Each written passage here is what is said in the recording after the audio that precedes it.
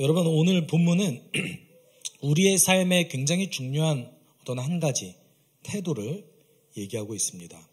우리는 오늘 그 삶의 태도가 무엇인지를 좀 깊이 이해하고, 그리고 그 삶의 태도로 살아갔을 때의 우리 삶의 열매가 무엇인지, 또한 그런 삶을 살아갈 때의 어려움은 무엇이고 그럼에도 불구하고 소망은 무엇인지 한번 살펴봤으면 좋겠습니다. 바울은 데살로니가에서 유대인들의 공격으로 더 이상 복음을 전할 수 없게 되었습니다. 그래서 더 큰 위험에 빠지지 않게 하려고 성도들은 안내자를 붙여서 베레아라는 지역으로 이제 바울을 이동시켰습니다. 베레아는 데살로니가에서 대략 한 72km 정도 떨어져 있는 곳이었는데, 이 지역은 그 주요 무역로에서는 조금 떨어져 있는 곳이었습니다. 그러니까 지방 도시 정도 되겠죠. 외딴 곳이었지만 그럼에도 불구하고 도시였습니다. 그래서 철학자였던 키케로는 이곳을 그 벽안의 성읍이라고 표현하기도 했고, 그리고 그 지역이 조금 화려한 그 주요 무역지 또는 문화를 선도하는 주요 무역지가 아니었기 때문에 그들이 약간 고상한 취미를 가지고 있었나 봐요. 그리고 도시가 살짝 조용했던 것 같습니다. 그래서 리비우스라는 로마인은 베레아를 고귀한 성읍이라고까지 불렀습니다. 이게 외딴 곳이었기 때문에 어떻게 보면 더 이런 일이 가능했을지 모르겠는데, 로마 제국은 굉장히 그 사치를 통해서 경제가 굴러가던 곳이었습니다. 그래서 로마인의 사치 그러면 고대 제국이라고 얘기하기 힘들 정도로 굉장한 로마인들의 사치를 볼 수 있습니다. 그리고 그 사치를 유지하기 위해서 전쟁과 노예무역을 끊임없이 지속했던 곳이 바로 로마 제국이었습니다. 여러분, 아직도 굉장히 유명한 단어가 하나 있죠. 팍스 로마나. 그러니까 우리 인류 역사 가운데 출현한 제국 중에 가장 강력한 힘을 가지고 있었던 제국 중 하나가 로마였습니다. 그리고 굉장히 오래 지속했죠. 그 로마의 문화는 당연히 사치 중심이었습니다. 환락 중심이었고요. 근데 베레아는 그랬던 것 같지 않습니다. 도시가 조용했고, 그리고 그 조용한 곳에서 어떤 그들만의 문화가 자리 잡고 있는 도시였던 것 같습니다. 이 도시를 이제 바울이 방문했고, 마침 그 도시에는 회당이 있었습니다. 유대인들이 거주하고 있습니다. 그리고 원래 했던 대로, 바울은 평소에 했던 대로 안식일에 회당을 들려서 복음을 전했죠. 근데 그동안에 마게도냐 사역, 데살로니가와 빌립보에서 있었던 그 복음 전도와는 조금 다른 태도를 유대인들이 보이는 것을 볼 수 있습니다. 여러분, 제가 성경 번역을 아마도 개역 개정인 것 같은데, 네, 그래도 같이 읽어보죠. 베레아에 있는 사람들은 데살로니가에 있는 사람보다 더 너그러워서 간절한 마음으로 말씀을 받고, 이것이 그러한가 하여 날마다 성경을 상고함으로 라고 성경이 얘기하고 있습니다. 제가 개역개정을 가지고 온 이유는 간절한 마음을 좀 강조하고 싶어서 그랬습니다. 네, 간절한 마음. 헬라어 번역으로는 강한 열망을 가지고 말씀을 받았다라고 얘기하고 있습니다. 여러분, 여기서 더 너그럽다라는 표현은 더 고상하다, 더 고결한 태도를 가졌다라고도 번역이 가능합니다. 본문의 표현은 베레아 사람들이 가지고 있었던 어떤 고유의 태도를 고상하다라고 얘기하고 있습니다. 다른 식으로 표현하면 고결하다라고까지 얘기하고 있습니다. 도대체 뭘 했기예요? 뭘 했죠? 강한 열망으로 바울이 전한 말씀을 받고, 그리고 그것이 정말 그러한지를 깊이 성경을 통해서 비교 분석하면서 옳고 그름을 분별하고 판별하기 위해 노력했기 때문에 그것을 고상하다라고까지 얘기한 겁니다. 한글 성경에서는 볼 수 없지만 헬라어 성경에서는 여기에서 왜냐하면이라는 접속절이 붙습니다. 왜냐하면 그들이 성경을 강한 열망으로 받고 이것이 옳고 그른지를 판별하기 위해서 성경을 깊이 날마다 숙고했다라고 표현하고 있습니다. 여러분, 구체적으로 그 고결한 태도를 좀 한번 두 가지로 짚어봤으면 좋겠는데, 첫째, 그들은 강한 열망을 가지고 말씀을 받았습니다. 사도행전 전체에서 어떤 누군가의 태도를 가지고 고결하다가 고상하다라는 표현을 여기에서만 사용합니다. 근데 그들은 강한 열망을 가지고 있었어요. 어떤 열망이요? 하나님의 말씀을 이해하고 받아들이고자 하는 강한 열망을 가지고 있었습니다. 생각보다 이것은 유대인으로서 유대 전통 안에서 당연한 태도이기도 합니다. 유대 전통은 하나님의 말씀을 강한 열망으로 받기를 권면합니다. 그럼에도 불구하고 성경에서는 이런 태도를 쉽게 찾아볼 수 없습니다. 그나마 그 율법과 성경에 대해서 가장 많이 이해하고 있었다는 사람들도, 바리새파 사람들과 서기관들도 예수님의 말씀을 들으면서 내가 가지고 있는 것이 더 옳아, 내가 가지고 있는 사상이, 내가 그동안 연구하고 배워왔던 것이 더 바른 믿음이야 라는 것을 증명하기 위해서 예수님과 대적했습니다. 그리고 유대 사람들은 예수님이 하나님 나라 복음을 전파했지만 그럼에도 불구하고 하나님의 가르침, 하나님의 말씀에 관심이 없고 예수께서 전하시는 그 기적과 표적에 더 큰 관심을 가지고 있었습니다. 생각보다 성경에서는 이렇게 하나님의 말씀을 강하게 받고자 하는 태도를 쉽게 찾아볼 수 없었습니다. 그럼에도 불구하고 베레아 사람들은 그런 태도를 가지고 있었습니다. 우리가 주목해 볼 점은 무엇이냐면 사도 바울이 베레아 사람들에게 처음 보는 사람이라는 거예요. 사도 바울 처음 보는 사람이었습니다. 그리고 바울이 전한 그 복음의 내용도 베레아 사람들에게 처음 듣는 내용이었습니다. 근데 그것을 어떻게 했어요? 강한 열망으로 받아들였다라고 표현하고 있습니다. 일단 그 안에 하나님의 말씀이 무엇인지를 강한 열망을 가지고 듣기를 소망했고 그들은 수용하려고 노력했습니다. 겸손하다는 뜻이겠죠. 다른 얘기로 하면 정말로 유대교 전통에서 얘기하고 있는 인생에서 가장 중요한 것이 무엇인가? 그것에 대해서 이 베레아에 있는 유대인들을 중심으로 한 회당에 있는 사람들은 알고 있었다는 겁니다. 여러분, 유대 전통에서 가장 중요하게 생각하는 것이 무엇일까요? 시편 1편 1, 2절에서 그걸 얘기하고 있습니다. 같이 읽어볼까요? 복 있는 사람은 악인의 꾀를 따르지 아니하며 죄인의 길에 서지 아니하며 오만한 자리에 앉지 아니하며 오로지 주님의 율법을 즐거워하며 밤낮으로 율법을 묵상하는 사람이다. 여기서 율법이라는 표현을 썼지만 히브리어로는 토라, 가르침이라는 뜻도 가능합니다. 모세오경을 뜻할 수도 있고 하나님의 가르침 전체를 뜻할 수도 있고 말씀 전체를 뜻할 수도 있습니다. 복 있는 사람은 악인의 꾀를 쫓지 아니하고 겸손한 마음으로 주님의 말씀을 즐거워하며 밤낮으로 그것을 묵상하는 자가 인생의 가장 중요한 자였던 겁니다. 여러분, 복이 있다. 여러분, 복 받고 싶으시죠? 아무도 없으신가요? 복이 있다라는 이 표현은 다르게 번역하면 행복하다로도 번역할 수 있습니다. 네. 이렇게 혹시 번역해서 시편을 읽어보셨습니까? 복을 다 행복으로 번역해서 한번 읽어보세요. 네. 그러니까 주의 가르침이 무엇입니까? 주의 말씀을 묵상하고 그것을 기뻐하는 자의 삶은 행복하다. 그 삶이 복이 있다라는 것을 가르치고 있고 유대 전통에서 이것이 가장 중요했습니다. 그래서 여러분, 잠언의 전통을 보더라도 잠언 6장에서는 미물에서조차, 개미에게서조차 어떤 가르침을 듣고자 하는 태도를 중요하게 여겨요. 게으른 자여 개미에게서 배우라.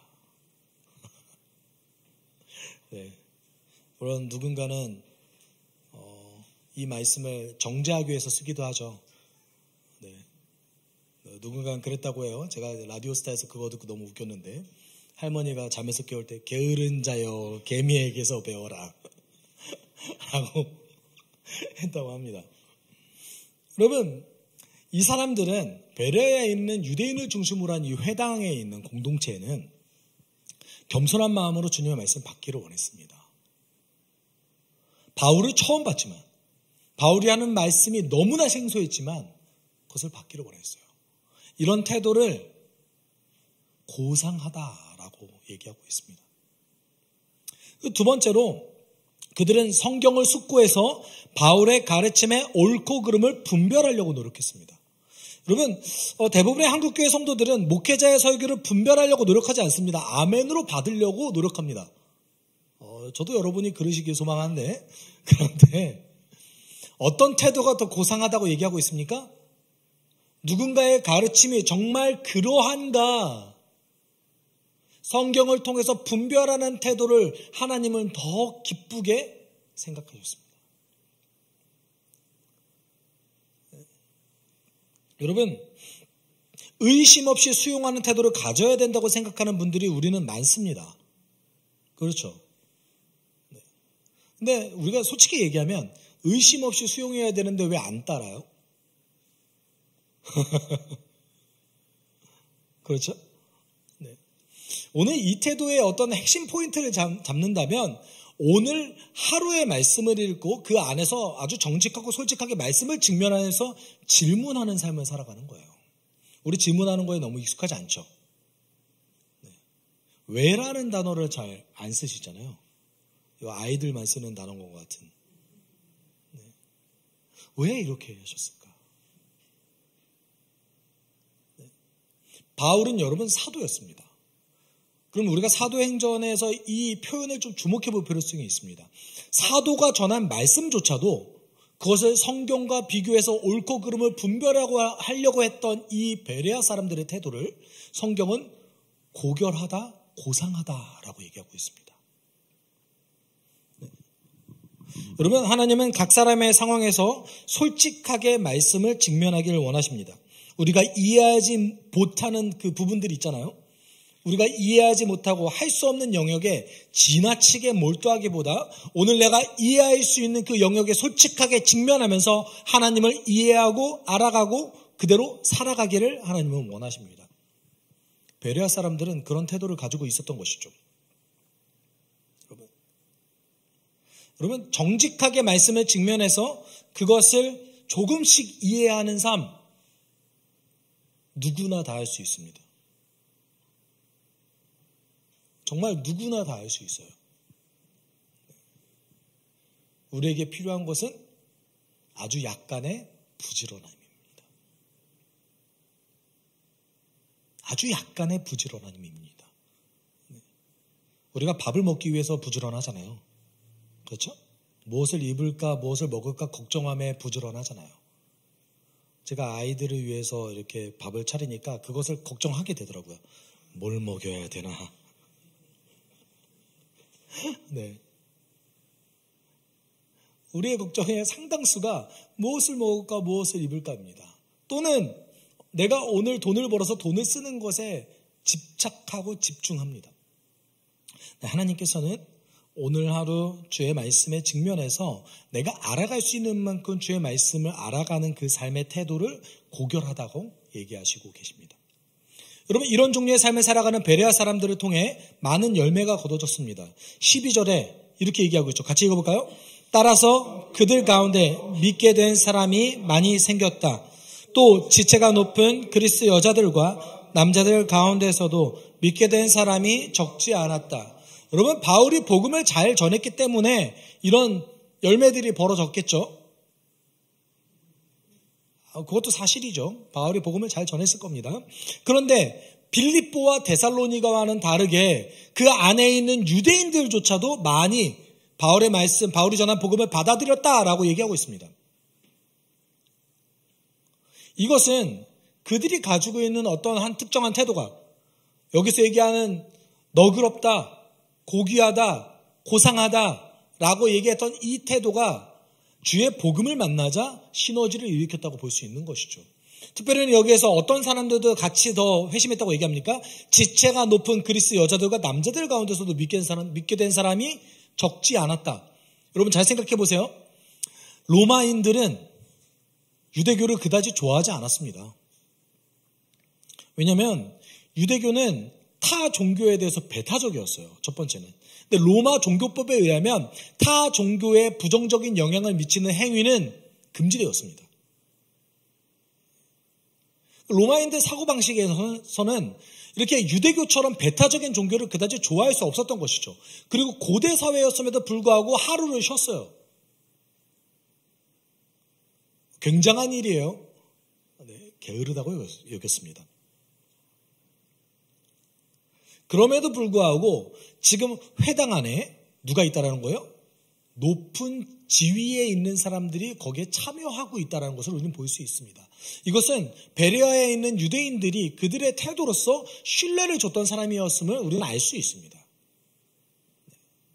여러분 주의 말씀 지혜가 있습니다.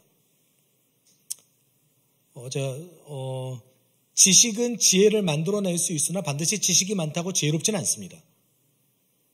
그렇죠? 여러분 지식이 중요합니까? 지혜가 중요합니까? 지식? 지혜? 근데 왜 자녀 가르치실 때 지혜를 안 가르치시고 지식을 강조하십니까?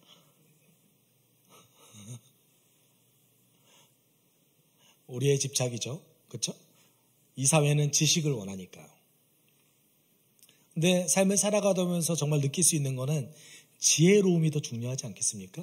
이들은 지혜로웠던 것 같습니다. 겸손했던 것 같습니다. 그리고 자연스럽게 그리스 사람들 중에서 높은 위치에 있는 사람들도 이들의 삶의 태도에서 어떤 신뢰를 받았던 것 같습니다. 신뢰감을 느꼈던 것 같습니다. 그래서 그들 가운데 상당수가 회당에 참여했고 바울의 복음을 들을 수 있는 기회를 얻었습니다. 여러분 오늘 본문 속에서 고상하다고 얘기했던 이 삶의 태도는 어떤 특정한 때와 하나님의 그 역사를 만났을 때 시너지를 일으킵니다. 열매를 일으킬 수 있습니다.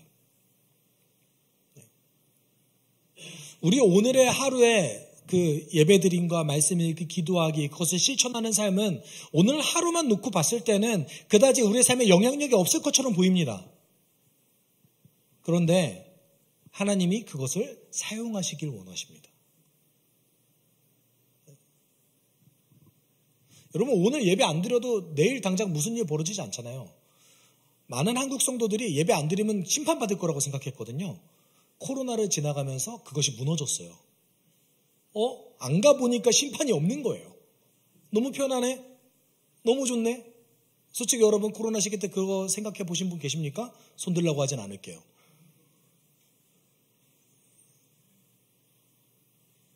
네. 많은 목회자들이 코로나 때를 좋아했던 것 같습니다. 너무 힘들고 번아웃 됐었는데 쉴 기회가 생겼대요. 네. 근데 많은 목회자들이 그렇게 쉬다가 성도를 놓쳤다라고 얘기합니다. 후회하시죠?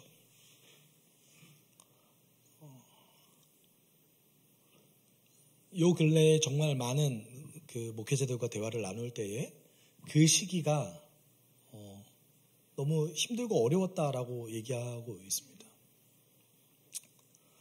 감사한 거는 저희는 5인 집합 금지 명령 떨어졌을 때 개척했잖아요. 네. 저에게 위로가 있었어요. 어떤 위로가 있었냐면 지금보다 어려운 시기는 없겠지. 잘 안 돼도 내 탓은 아니야. 네. 5인 집합 금지 명령이 풀리니까 부담스러워지기 시작했어요. 전도를 더 열심히 해야 되나? 여러분, 우리 오늘 하루 성실하게 사는 것은 오늘 하루의 관점으로 봤을 때는 큰 영향을 미치지 않게 보입니다. 근데 그렇게 살아가는 삶을 하나님은 반드시 쓰십니다. 오늘 본문은 그것을 보여주고 있기도 합니다. 그럼에도 불구하고 이렇게 살아가는 삶에는 어려움이 있습니다. 한국 교회가 가지고 있는 구조적인 어려움도 있고 그리고 외적인 어려움도 있습니다. 그걸 좀 나눠봤으면 좋겠는데요. 왜 우리가 이렇게 위와 같은 삶의 태도를 가지기 쉽지 않을까요? 우리가 단지 게을러서 그럴까요? 물론 우리의 게으름도 한몫을 할 겁니다. 그렇지만 저는 지금 이 순간에 우리의 게으름을 지적하기보다 우리가 가지고 있는 신앙의 어떤 그 구조와 메커니즘을 한 번 더 깊게 들여봤으면 좋겠습니다. 네. 우리가 오늘 하루에 집중해서 오늘 할 수 있는 일을 하는 것을 왜 하기 어려워하는가? 특별히 한국교회 성도들이. 여러분, 현대 그리스도인들은 할 수 없는 일에 집착합니다. 두 가지 부분에서 그런데요. 첫 번째는 기복 중심의 신앙생활을 합니다. 여러분, 하나님께 복을 빕니다. 그게 우리가 할 수 있는 일입니까? 그러니까 복을 비는 것 자체는 할 수 있지만 그 복이 성취되는 것을 우리가 할 수 있습니까? 그렇죠. 여러분, 여러분의 기도가 응답될 때가 더 그러니까 기도했던 그대로 성취됐을 때가 더 많으세요? 그렇지 않을 때가 더 많으세요?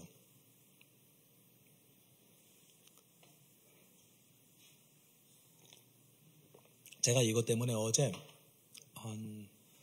제 과거를 반성하면서 나는 어떻게 기도했는가를 좀 살펴봤는데, 제가 부자가 되길 원한 적은 많았지만 부자가 되기를 위해서 기도한 적은 없더라고요. 주의 말씀을 믿었거든요. 천국 가려면 부자가 안 되는 게 더 낫겠다. 왜요? 잘못된 말입니까? 부자가 하늘나라 들어가는 것이 낙타가 바늘귀 들어가는 것보다 어렵다. 왜 이 말씀 그대로 받지 않으시고 선택적으로 말씀을 받으세요? 여러분, 기복주의, 기복을 바라는 그 신앙의 메커니즘은 오늘 할 수 없는 것에 집착하는 겁니다. 여러분, 그거 우리가 할 수 있는 건가요, 지금? 아니죠. 우리의 기도는 오늘의 현실과 맞닿아 있어야 됩니다. 하나님, 내가 이렇게 살기를 원합니다. 내가 오늘 당장 할 수 있는 일을 하기를 원합니다. 이 기도 하십니까? 기도는 그것을 위해서 하는 거잖아요. 기도는, 여러분, 우리가 하나님의 명령 따르기 싫을 때 많잖아요. 저만 이상한 사람이 되는 것 같은데. 하나님의 명령을 따르기 어려워하거나 힘들어할 때 많잖아요. 근데 기도를 하면서 그 의지와 나의 의지를 맞춰가기 위한 것이죠. 왜냐하면 하나님 사랑하니까요. 그럼에도 불구하고 우리는 할 수 없는 일에 집착합니다. 그리고 제가 오늘 더 강조하고 싶은 것은, 우리는 또 하나의 할 수 없는 일에 집착하는데, 그것은 무엇이냐면 생각을 통제하려고 합니다. 이게 무슨 말일까요? 여러분, 여러분의 생각을 여러분이 통제하실 수 있으십니까? 나는 이렇게 생각해야 돼. 여러분의 생각이 통제되세요? 안 되시죠. 여러분, 이것이 어떤 것을 얘기하냐면, 우리는 하나님의 명령, 특별히 우리가 알고 있는 개혁주의 교회, 우리 교단도 마찬가지입니다. 개혁교회는 하나님의 명령을 따르는 것보다 죄를 짓지 않는 것을 주목합니다. 그것을 위해서 생각을 통제하려고 해요. 왜냐하면 예수님의 산상수훈 말씀을 잘못 해석하기 때문에 그래요. 예수께서 마태복음 5장에서 7장까지 이렇게 말씀하셨잖아요. 누구든지 내 주변 사람들에게 바보라는 자마다 지옥에 갈 거다. 네가 눈이 범죄하면 눈을 아예 빼버려라. 눈이 없는 상태에서 하나님 나라에 가는 게 훨씬 낫다. 여러분, 원수를 사랑해라. 누군가가 너의 왼뺨을 때리면 어떻게 해요? 오른뺨을 돌려드려요. 그래서 여러분이 혹시 누군가를 미워하거나 누군가를 싫어하거나 이랬을 때 나는 왜 이것을 싫어했지? 그러면서 자책감을 느끼고 죄책감을 느끼면서 내가 죄를 졌구나 라는 생각으로 생각을 통제하려고 해요. 여러분, 근데 종교개혁자들이 뭐라고 얘기했냐면, 칼빈과 루터 동일하게 이렇게 얘기했습니다. 우리가 생각이 드는 것은 어쩔 수 없으나 그 생각이 우리 마음 가운데 자리 잡게 하는 것을 피하라. 존 오웬이 얘기했던 신자 안에 내지 않은 죄, 시험, 죄죽임 모두 다 이런 방법에 대해서 얘기했지 우리의 생각을 통제하려고 하지 않았습니다. 근데 왜 우리는 이렇게 생각하냐면 주의 예수 그리스도의 말씀을 오해하기 때문에 그래요. 예수께서 이렇게 말씀하셨어요. 마태복음 5장 20절에서 내가 너희에게 말한다. 너희의 의가 율법학자들과 바리새파 사람들의 의보다 낫지 않으면 너희는 하늘나라에 들어가지 못할 것이다. 여러분, 유대인들은 율법에 지키는 것이 뭐라고 생각했냐면 그 율법 조문에 있는 것을 그대로 행하면 지킨다고 생각했습니다. 근데 예수께서는 마태복음 5장에서 7장까지를 통해서 율법이 지키는 것이 정말 무엇인가? 이것을 재해석하시기 시작하셨어요. 예수님의 결론은 무엇이냐면 행동도 지켜야 되지만 정신도 지켜야 된다 입니다. 여러분, 거짓말하지 말라 율법이죠. 그렇지만 내가 만약에 거짓말을 하지 않았어요. 근데 나도 모르게 내 자녀를 자랑했어요. 아, 요번에 얘가 어디 갔어. 이 말을 들은 내 친구가 자기도 꿀리기 싫어서 거짓말을 했어요. 야, 내 딸도 그래. 그렇죠? 이거 율법을 어긴 겁니다. 예수님의 해석에 의하면. 왜냐고요? 율법의 정신은 사랑이니까요. 그를 배려하지 않음으로 거짓말하게 했기 때문에 그렇습니다. 그럼 예수께서는 마태복음 5장 20절을 통해서 야, 너희가 율법을 지키고 율법의 정신까지 지키지 않으면 절대로 구원받지 못할 거야. 이렇게 말씀하셨을까요? 그러면 예수께서 뭐하러 오세요?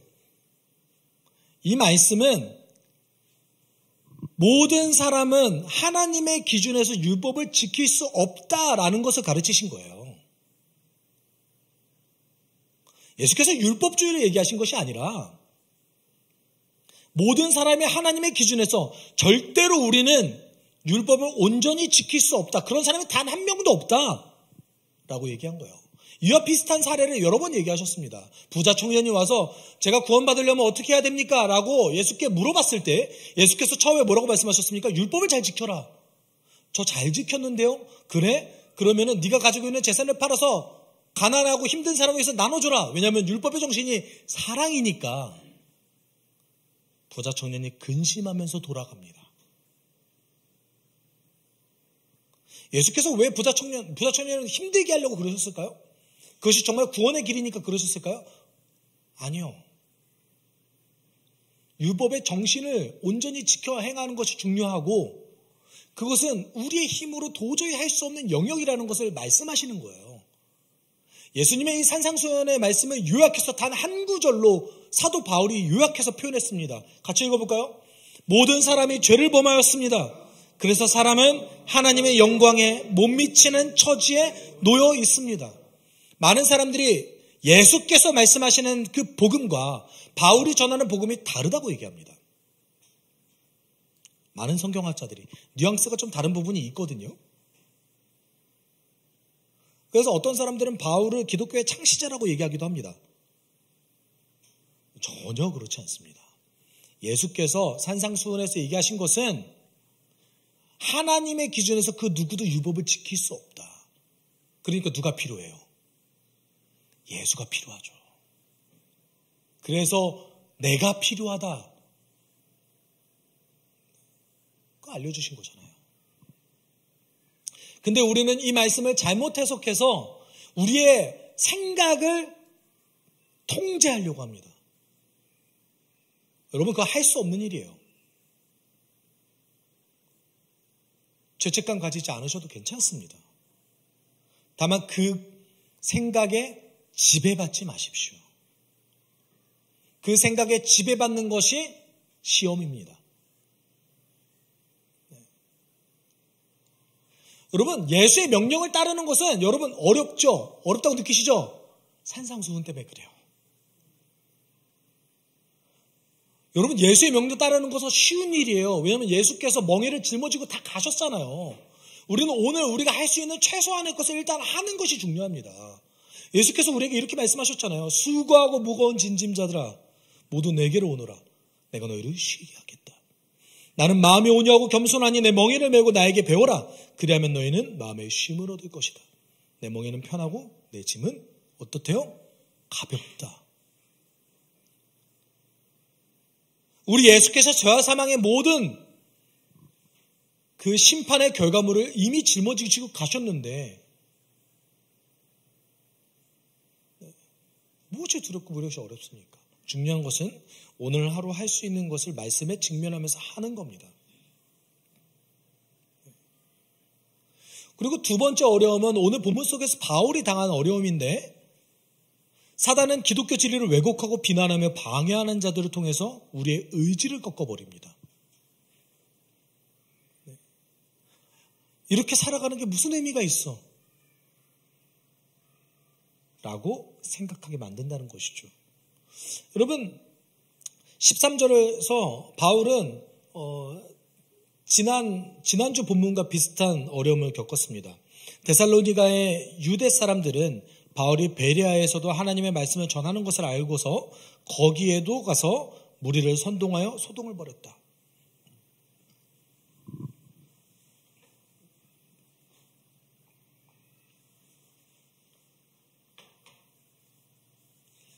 여러분,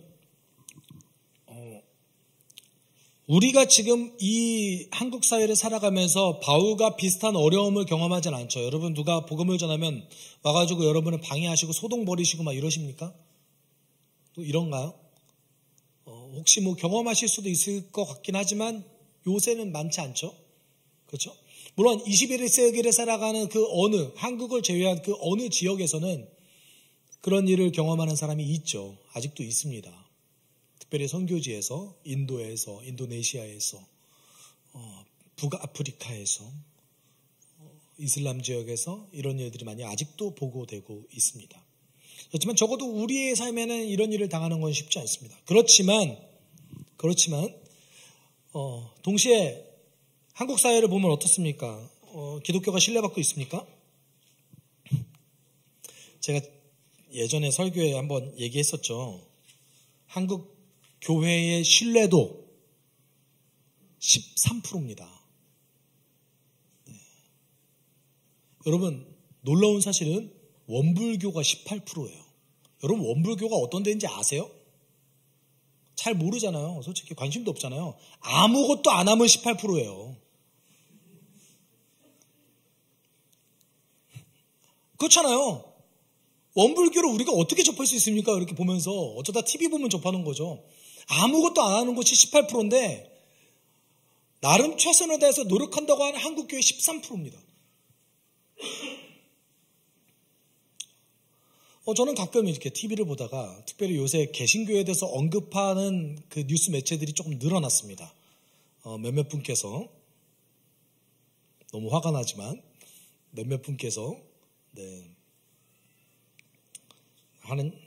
하나님을 모욕하는 그분께서 광장에 나가시는 바람에 그분들이 마치 개신교를 대표하는 것처럼 얘기할 때가 있습니다. 제가 그 뉴스 매체를 볼 때마다 저들이 왜 저렇게까지 극우화됐는가를 그 뉴스 매체에서 설명하고 있더라고요. 근데 제가 그걸 들으면서 아니야, 기독교는 그게 아니야 라고 얘기하고 싶은데 그들이 그렇게 왜 받아들이는지에 대해서 이해하고 있기 때문에 안타까운 거예요. 여러분, 이제는 미디어가 발전하면서 기독교 진리를 왜곡하고 교회를 비난하고 그리고 그 분위기를 조장함으로 해서 우리의 선한 의지를 꺾으려고 사단은 노력합니다. 이런 삶 속에서 오늘 하루 성실하게 주의 말씀에 직면해서 살아가는 삶은 쉽지 않은 거 인정합니다. 우리가 기억해야 될 게 있습니다.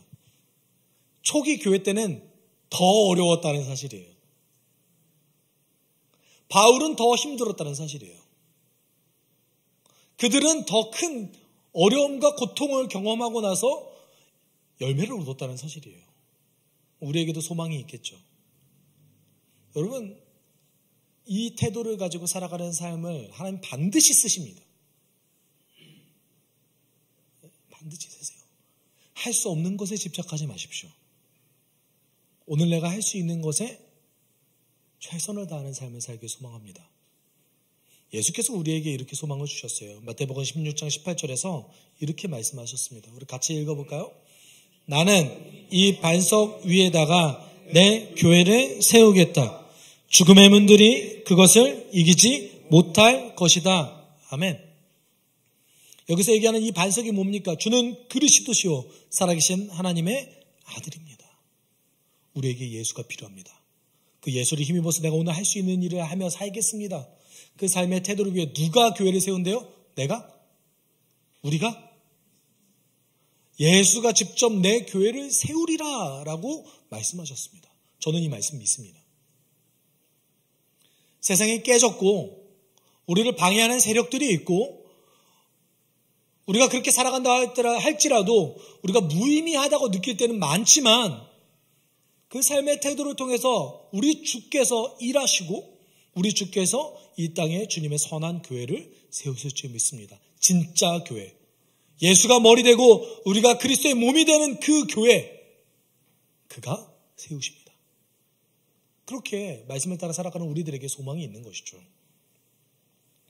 우리 함께 기도했으면 좋겠습니다. 하나님, 나도 이들처럼 주의 말씀을 향한 강한 열망을 가지고 말씀을 받아들이는 삶을 살길 소망합니다.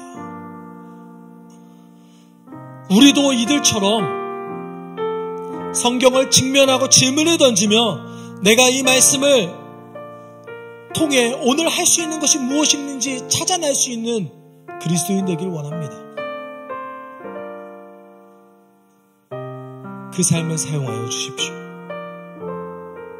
그 삶을 바르게 인도하셔서 주의 교회를 세워주십시오. 우리가 함께 이렇게 기도하도록 하겠습니다. 함께 기도합시다. 사랑이 많으신 하나님 아버지 감사합니다. 하나님, 강한 열망을 가지고 오늘 간절히 주님을 알아가길 소망합니다. 내 주님을 사랑하길 소망합니다. 하나님, 주의 말씀을 날마다 읽어나가면서 무엇이 옳고 그른지 분별하고 내가 오늘 할 수 있는 일이 무엇인지 내가 할 수 있는 가장 작은 일이 무엇인지 알아내며 실천할 수 있게 하여 주십시오. 하나님, 나의 오늘의 순종에 의미가 있습니다.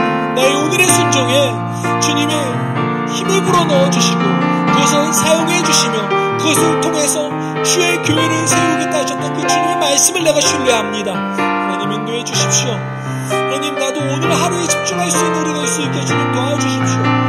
할 수 없는 일에 집착하는 것이 아니라 나의 삶을 주님께 의탁드리며 하나님, 주님 안에서 내가 할 수 있는 일에 집중하며 그것에 일하시는 주님의 은혜를 우리가 발견하길 소망합니다. 아버지 도와주십시오. 아버지 이끌어 주십시오. 하나님 아버지 도와주십시오. 주님께 나아가길 소망합니다. 사랑이 많으신 하나님 아버지, 우리는 간절함을 가지고 주님을 알길 소망합니다. 주님을 알아갈 때에, 말씀에 직면했을 때에 우리가 이해할 수 없는 일들이, 납득할 수 없는 말씀들이, 받아들일 수 없는 말씀들이 때때로 있지만 그럼에도 불구하고 우리가 이해할 수 있는 만큼 이해할 수 있게 하여 주십시오. 할 수 있는 만큼 내 삶에 주의 말씀을 실천하게 하여 주시고 때때로 우리 삶에 어려움이 있다 할지라도 주께서 우리를 사용하시리라 하셨던 그 약속 의지하여서 성실하게, 진실하게, 꺾이지 않은 마음으로 살아가게 하여 주십시오. 그것을 통해서 일하시는 하나님을 목격하기를 원합니다. 주님 도와주십시오. 한 주의 삶을 주님께 의탁드리며 거룩하신 예수 그리스도의 이름으로 기도드립니다. 아멘. 주 예수 그리스도의 은혜와 하나님의 사랑과 성령의 교통하심이 오늘 하루 주의 말씀에 직면하여서 내가 할 수 있는 최소한의 것을 우선 실행하며 실천하며 살아가길 소망하는 숲속교회 성도들 위해 그들의 한 주간의 삶 가운데 함께 있을지어다. 아멘.